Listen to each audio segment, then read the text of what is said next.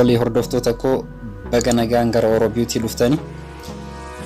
Har'a viidiyoo tokko qabadhee dhufee jira. Innis karaa kamiin rifeensa yookaan qaama shamarranii fuula shamarranii irratti kan areeda dhiiraa fakkaatu jechuudha. Akkamitti karaa uumaatiin ofirraa akka kaasuu dandeenyu wajjin ilaalla jechuudha. Yeroo baay'ee dubartoonni keenya rifeensa kana yookaan rifeensa fuula isaanii irra ba'u kana ofirraa baasuudhaaf baay'ee rakkatu.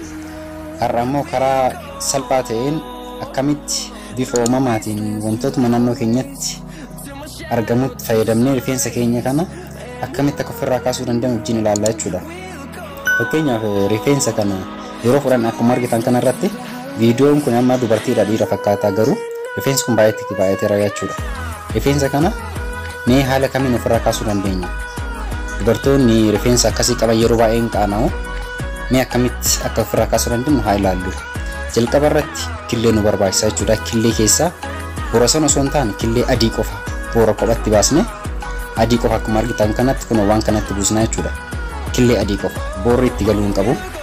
Achi booda killee adii kana waan xiqqoo tokkotti buusnee booda daakuu qamadii maankaa tokko waan hin guunne itti goonaa jechuudha bifuma arginu kanaan.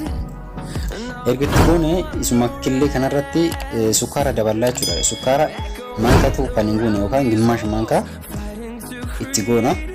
Ergasii kun akkuma argitan kanatti wajjin dhoofnaa jechuudha. Killee kana sukkaaraa fi daakuu kana tokko tokkotti akkuma mul'atu kanatti kan tokko wajjin dhoofnaa meeshaa kana keessatti. Yoo erga akkas goonee booda waan akka buruushii yoo jiraate waan akka buruushiitti raasuu ta'inne fuula keenya irratti fuula keenya guutuu isa bakka nyaara keenyaa fi bakka ijaa keenya qofa hambisneeti itti goona jechuudha. Keessattuu kallattii areen nama irratti baay'atu. Erga itti goonee booda daqiiqaa 20 tursiisuu qabna jechuudha fuula keenya irra isa kana. Waan kana daqiiqaa 20 amma goguuf hin tursiisna.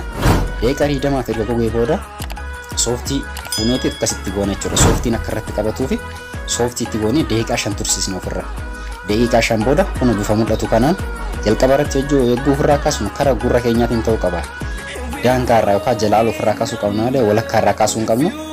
Erga ofirraa kaasnee booda bishaan xiqqoo ho'een fuula keenya kana dhiqannaa jechuudha. Baay'isoo waan akkanaa kana yoo yaaltan namarraa fa'i baay'iseetti namarraa kaa'innu namatti hin deebi'u. Biyyaansi yoo guddate torbetti si'a 2 yoo akkas goone wantichi kun nurraa kaa'a jechuudha. Rifeensi kun karaa salphaa ta'een nurraa kaa'a.